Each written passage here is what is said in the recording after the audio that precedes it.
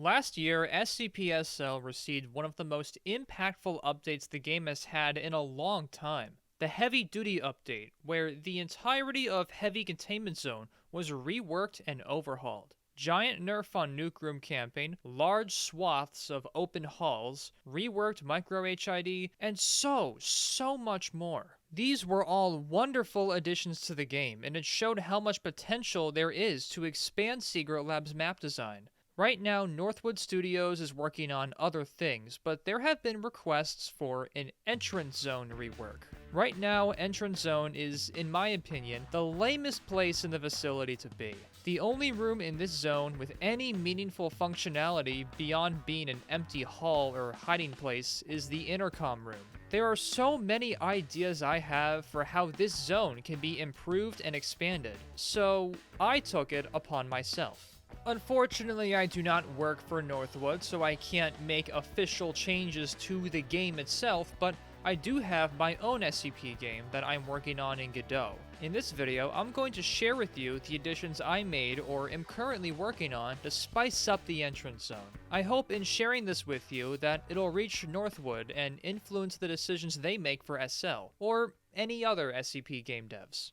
I added a weapons armory to entrance zone that will also function as a facility guard spawn room, instead of facility guards spawning randomly throughout entrance. In the current state of SL, facility guards spawn with an almost completely full inventory. Having everything you need right from the beginning strongly discourages exploration of the map, which is a big problem when you're trying to expand environments. So, I removed the medkit and the flashbang from the facility guard's inventory. These items will need to be acquired by traversing the map. The entrance armory comes with lockers that spawn with useful combat equipment that create lots of more room for customization. Instead of the items physically spawning in the world, my lockers use a chest inventory system. This creates space for stacks of items, and saves the performance costs of having them loaded as scenes in the world. I am also able to use this same chest system to add other item containers, such as cardboard boxes and drawers. Remember my addition to SCP-914 from last video? I reworked the item saves to use my new chest system, and I believe this is a major improvement. For facility guards to get the medkits I snatched away from them, they now have to go to the all-new Medbay room. Medbay is a room and entrance dedicated to managing health.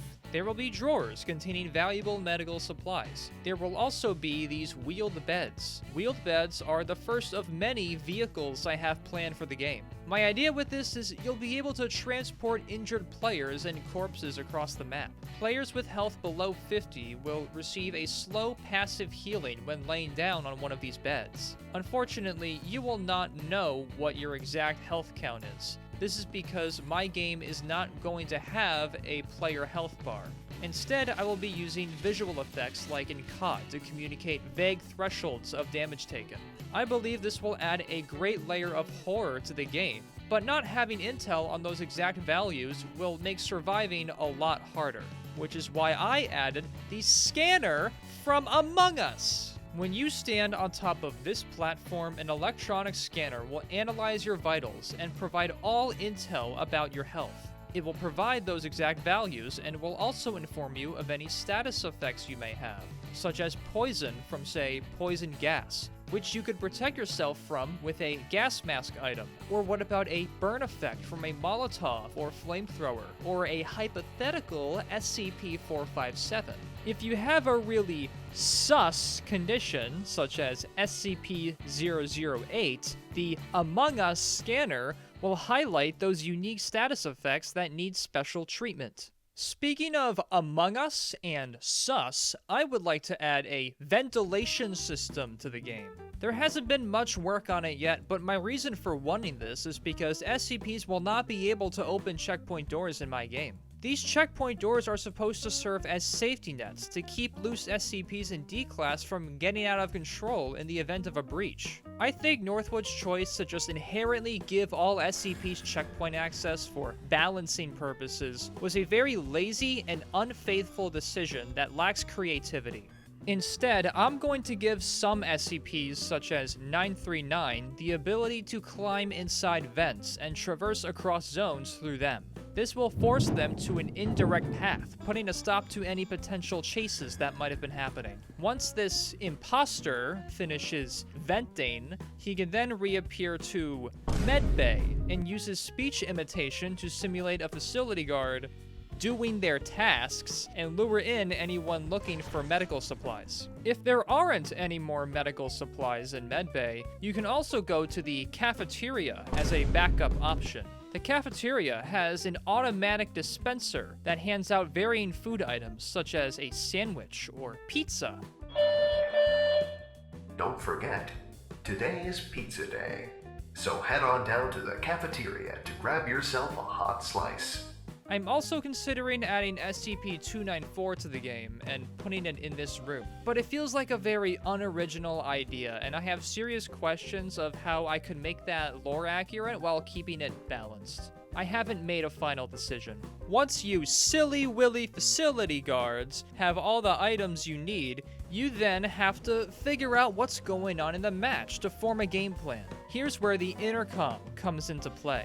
In SL, intercom is the only room in all of Entrance with any interesting functionality. The ability to broadcast a message to the entire server. Attention, everyone. Come to intercom. I need to report the big, fat shit I just took. This is incredibly useful in a game normally limited by proximity chat. I want to add this feature to my SCP game as well, but I also want to do so much more with this room. I added surveillance cameras to my game and dual-purposed intercom into a surveillance room. There are 4 camera monitors and there is a camera manager that will open a UI allowing you to switch which camera each monitor displays. This is only the beginning of features I would like to add to the intercom room. I would also like the ability to remotely manipulate other facility systems, such as doors, lights, and Tesla gates. Basically, imagine the powers of 079 in the hands of a D-class. For all these systems to function, there needs to be electricity to power them, which is why I added the electrical control room to my SCP game. In this room, there is a primary and a secondary power block. The primary power block is what will initially power the facility, but if this block gets shut off for some reason, you will be able to turn it back on with the secondary power block. However, the secondary power block has a limited battery. When this battery runs out, the facility will shut right back off, leaving the rest of the round powerless, unless you can get the primary power block back online.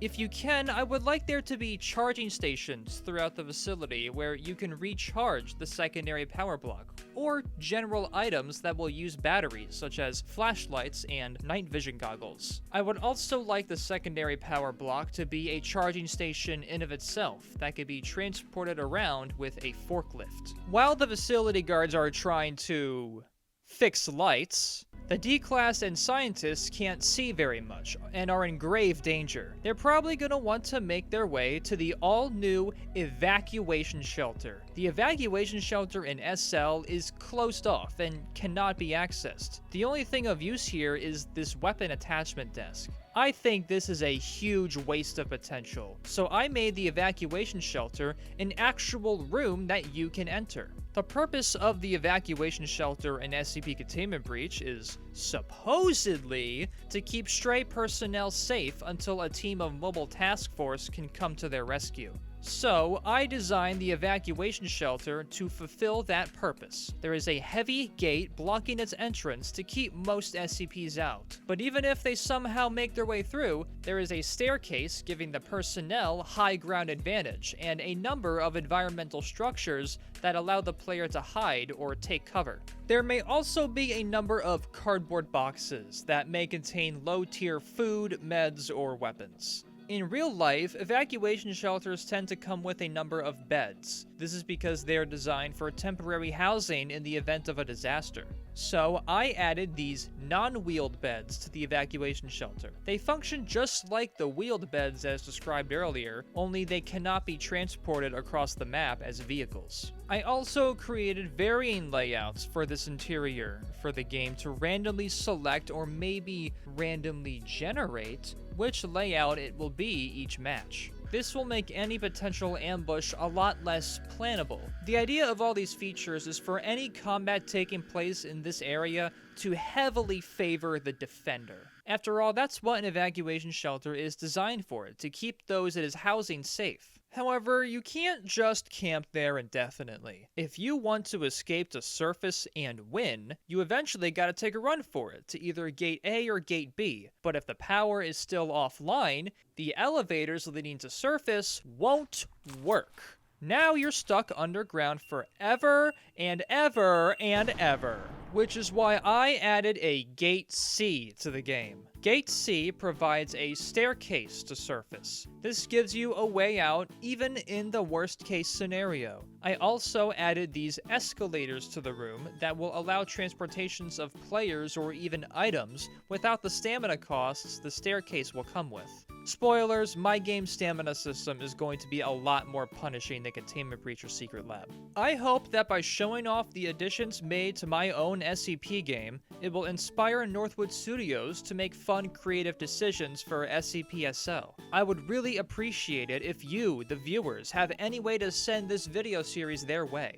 Before ending the video, I'd like to give a shout out to the SCP SL server Sped Chambers for letting me use their server to film shots for this video. For the past couple episodes, I've been asking for an SCP SL server to give me the moderator perms necessary for many recordings, and someone actually came through. Because of this, I was able to heavily increase the quality of this video. Sped Chambers is currently a very low pop server and are trying to build a community of consistent players. I encourage all of you to start playing over there. I think having a consistent player base of at least 15 to 18 people will make it a very fun place to hang out. It will also give me even more opportunities to make even more creative high quality shots. I will provide resources in the description for you to access this server.